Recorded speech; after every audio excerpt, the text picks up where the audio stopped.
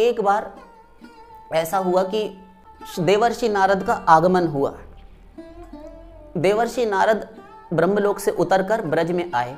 तो ब्रज में जब वे आ रहे थे तो उस समय पर जब वो उतरते हुए ब्रज में उतरे तो आकाश में स्थित होकर ठिठक गए एकदम और वहीं रुक गए आकाश में, अंतरिक्ष में। बाकी तो लोग देख नहीं पाए उनको, क्योंकि उनका दिव्य शरीर था, तो देख नहीं पाए ब्रजवासी, क्योंकि उस समय पर सबके शरीर पांच भौतिक शरीर दिखते थे, पांच भौतिक थे नहीं उनके भी। किंतु देवर्षि नारद चुपचाप मेघमंडल में छिप गए। क्या देखकर ठिठके थे वो? वे ये देखकर ठिठके थे कि श्री कृष्ण उस समय पर हट कर रहे थे। तो वे ये ठिठके, उनको ये संदेह हुआ कि ये क्या हो रहा है। तो करताल हाथ में पकड़े रह गए। वीणा देवदत्त नाम की जो थी वो उन्होंने लटकाए रखी और वे देखते रहे। कीर्तन नारायण नारायण भूल गए। तो क्या हो रहा था, वो घटना ऐसी थी, वो चित्र हम आपको बताते हैं। एक छोटा सा बालक है और एक लंबी चौड़ी स्त्री है, मोटी तगड़ी, अच्छे घर की, खाए पिए हुए घर की। तो वह बालक पैर पटक पटक कर जो माता का वस्त्र है, साड़ी अथवा जो लहंगा जो भी उन्होंने धारण कर रखा था, उसको पकड़े है, माता के वस्त्र को, आंचल को, और पैर पकड़कर खूब रो रहा है, पटक पटक कर। क्यों? गोद में आने के लिए। गोद में आने के लिए। तो देवर्षि नारद को भ्रम हुआ कि ये छोटा सा बालक जो है, मैं तो जानता हूं कि श्री कृष्ण का अवतार हुआ है और ये अब तो बड़ा हो गया है बालक, थोड़ा चलने भी लगा है, किंतु ये तो श्री कृष्ण है और ये परब्रह्म है, सुप्रीम पावर है, और ये यशोदा है, इनकी मां है। किंतु क्या सत्य है, आज मुझे भ्रम क्यों पैदा हो रहा है? कैसा भ्रम है देवर्षि? तो कहते हैं कि मुझे ये भ्रम है कि ये छोटा सा बालक ब्रह्म है या ये इतनी लंबी चौड़ी जो स्त्री खड़ी है ये परब्रह्म है, भगवान है। क्यों ऐसा भ्रम? क्यों? आप जैसे ब्रह्मर्षि को, देवर्षि को। इसलिए क्योंकि होना तो ये चाहिए कि जीव जो है वो ब्रह्म की गोद में जाने के लिए छटपटाता है, व्याकुल है, तभी उसे आनंद प्राप्ति हो सकती है, जब जीव ब्रह्म को पालेगा। तो इसका मतलब ये जीव, जो बालक है ये जीव है और यशोदा ब्रह्म है, और ये जो रो रहा है ये जीव है, इसीलिए गोद में जाना चाहता है। किंतु नहीं, मैं जानता हूं कि यशोदा ही जीव है और ये ब्रह्म है। तो ये हो क्या रहा है?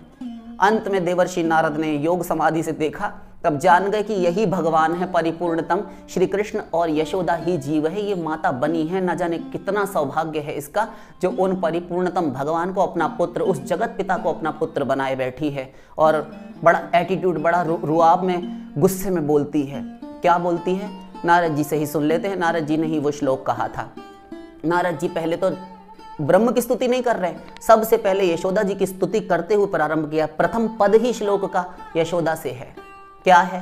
किम ब्रूमस्त्वाम यशोदे कति कति सुकृत क्षेत्र वृंदानि पूर्वं गत्वा की दृग्विधानैः कति कति सुकृतान्यर्जितानि त्वयैव नो शक्रो न स्वयंभुर न च मदन रिपुर यस्य लेभे प्रसादम तत्पूर्णम ब्रह्म भूमौ विलुठति विलपन क्रोडमारोढ़ कामम।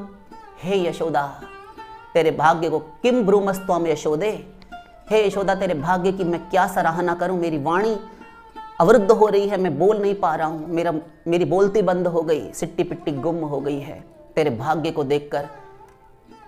कति कति सुकृत क्षेत्र वृंदानी पूर्वम, तूने न जाने कितने कितने सुकृत इस वृंदावन में किए होंगे, न जाने क्या मोती दान किए होंगे, कितने ब्राह्मण भोजन, कितने वैष्णवों को भोजन, न जाने कितने एकादशी व्रत, भगवान की प्रीति के लिए जितने भी कर्म होते हैं, भागवत धर्मों का आयोजन, तूने दान व्रत तपश्चर्या सब कुछ कर डाला होगा। और कितना किया होगा, कितने परिमाण में, ये गिनती नहीं हो सकती। गत्वा की दृग्विधान ही कति कति सुकृतान्यर्जितानि त्वयैव, उससे तुझे कितना पुण्य प्राप्त हुआ, उसके परिणाम स्वरूप ये बालक, जिसे तू बालक समझ रही है, इसका ऐश्वर्य तू जानती नहीं अभी।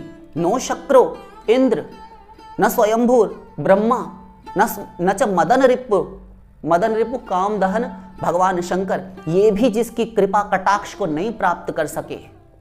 यस्य लेभे प्रसादम तत्पूर्णम ब्रह्म, वही पूर्णतम ब्रह्म भूमा विलुठति, जमीन पर लोटपोट हो रहा है धूल धूसरित होकर कि मुझे गोद में ले ले। क्रोड़ मारोड़ कामम, वेलापन, रो रहा है आंसुओं से, और इतना छटपटा के आकुल व्याकुल होकर रो रहा है कि मुझे गोद में ले ले मैया। और तू कहती है तुम कोई अनोखे बच्चे हो, तू ही एक अनोखा नंद लाला भाव सब तो गोदी पे छाती पे चढ़ाए रखूँ और को काम है मोए जा दूसरे के बच्चे खेलते डोलते हैं आपस में, वो सब खेल रहे हैं और तुम यहाँ पे आके मेरे दिमाग खराब कर रहा हो, काम कर अंदर मोए, अब फुर्सत ना है, जब टाइम होएगा तब लूंगी।